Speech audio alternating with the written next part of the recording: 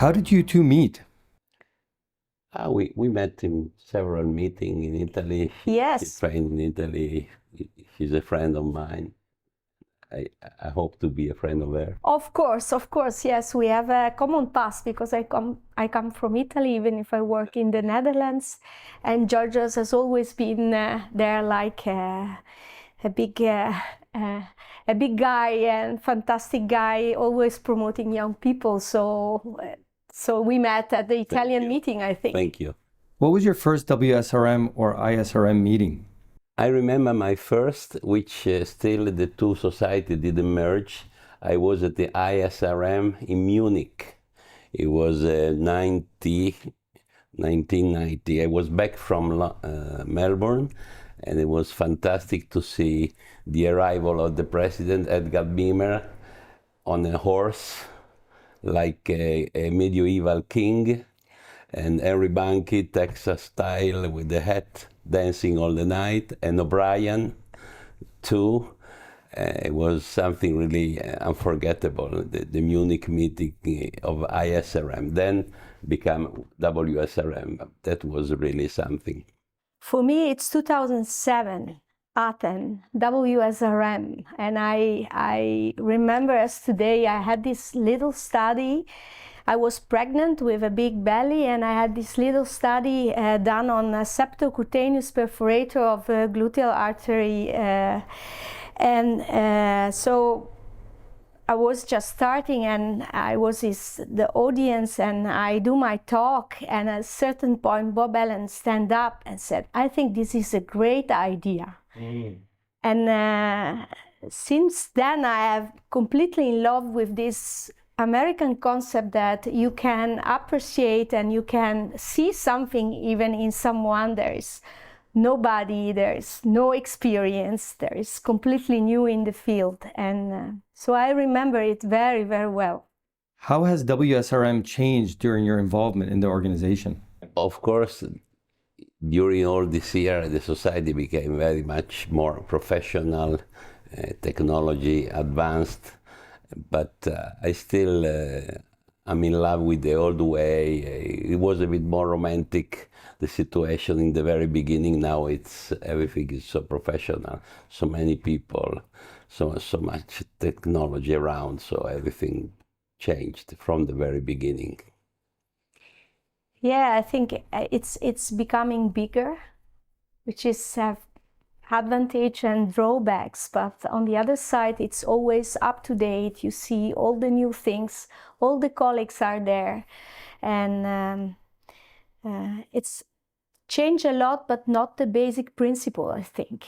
Just to get together, just exchange ideas, exchange knowledge, and what I have to say, perhaps a lot of little things have changed, but you go always home like full with enthusiasm and new ideas to start again and to try new things. What do you think is the most important contribution and or innovation in our specialty?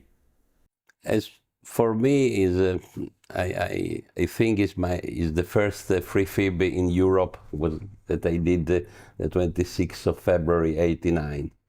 And it was 2 months after Hidalgo did it in the United States. I'm very proud of this operation, because since then it wasn't the gold standard of mandible reconstruction, because at that time was still the radius. So became the gold standard all over the world. I'm glad that I did the first one in Europe and of course in Italy. This is something which I remember with pleasure. Well, you know, I think microsurgery in general, and actually I checked that with ChatGPT once. I asked to ChatGPT once, what is the greatest innovation in the field of plastic surgery? And actually the answer of ChatGPT was microsurgery. And I was so happy about that, because all my joy is coming from microsurgery. And of course, regenerative medicine and all AI technology.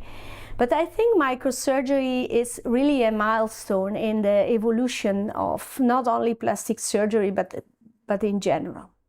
Who are your personal legends or giants in plastic surgery, and why?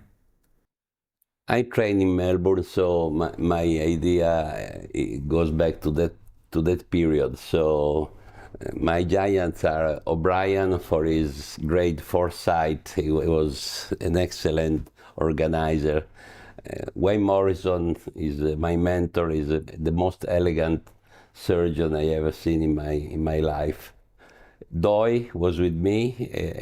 Is for me his velocity and speed in the operation got me crazy. I remember we did a latissimus dorsi pedicle flap. He did in 9 minutes. 9 minutes. It was in Melbourne at St. Vincent Hospital. Was a kind of competition. I don't know that if these things are okay on the interview, but the 9 minutes. So this for me are giant, which I grew about 1.5 years together, and Julian Bribats, of course, was my senior registrar. He's a very talented and a great master. Well, I have a lot of giants in my mind, but I think two people just were incredibly important for me. The first one is an Italian woman, Salimbeni. She didn't publish a lot. She did an incredible work on facial palsy with latissimus dorsi and all the reconstruction. You know, of course, her Yes, of course. And she has been just an example, not only in work, but also in life. And I mean, she caught me because I saw her and she was so honest, so willing during a congress, so willing to deliver the reality, the results, the complication. And I thought, well, this is my example. And the other one, for sure, Bob Allen, because he gave me all the time, all my career, the strength to try new things, to believe in new things, and also the support when you have difficult cases. Him and Josh Levine have been quite important for me. What is your favorite operation in plastic surgery? I risk to be a bit continuously talking about fibula, but my favorite is fibula from A to Z, any kind of combination. I tried everything, so it's still my favorite.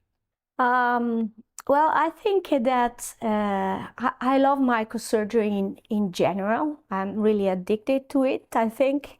But I think when I do some cases of facial palsy with free flaps, for example, we have a lot of skin tumor, very extended in the face, where you can think at micro but also functional. Then I really enjoy very much. What is an operation you no longer perform? I don't do anymore the groin flap. The groin flap is something that I don't do for decades.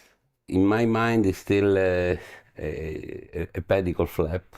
I know that they use free, you can use it free, but as a pedicle flap to me, I used so many times when I was working in the hands that now I don't really think that it's still usable with the hand attached to the pelvis, and I stopped using it since quite many years. I do less and less implants, not because I'm completely against implants, but actually my practice is only autologous reconstruction for breast. So it's, I was thinking about that. It's really a time that I have used an implant for a breast reconstruction. What has been the greatest joy of your career? Professionally, my greatest joy was to make the drawing and make the first simultaneous bimaxillary reconstruction with one fibula. Was the first in the world done in 2000, and it was I draw all the pedicle outgoing, the S and the facial. So I consider all the ostectomy. It was a long time spending with doing the drawing, and then I did it in a young lady, and it worked nicely. The simultaneous bimaxillary reconstruction with one pedicle and one fibula. You know, I think I have different patients where I can think where I had like more difficult or intriguing operations. But I think that I have, the incredible thing is that I have joy every day. I incredibly enjoy my clinic when patients are happy, sometimes also not, but sometimes comes a patient and is very happy and you think, yes, my day is done. But what I'm really addicted, I think it's micro DOR. Every day I go there and it's like an ecstasy, you know. I go in my micro ward and I don't feel thirsty. I'm not, I have to oblige me to stop at a certain point. I don't need to go to the restroom. It's just, I've never had drugs in my life. I've never smoked a cigarette, but I think that I'm really addicted to that feeling. And I need it. If I've not for a couple of weeks micro, I needed that again. So I think it's such a great thing that you can do every day, day by day, after day, even if it's not going well, and then you find a solution and then you grow a little bit, that you have joy every day. That's an honor. You cannot choose for it, but I'm a lucky person. What would you have become if not a plastic surgeon? I would not be a doctor. Plastic surgery is my passion. Hand surgery first and plastic surgery later. If I wasn't that, probably a musician, rock and roll drummer was my favorite position to do. I think I would have liked to become a dancer. Classical ballet, and after that tango. I love tango. And I think I would have done completely something different.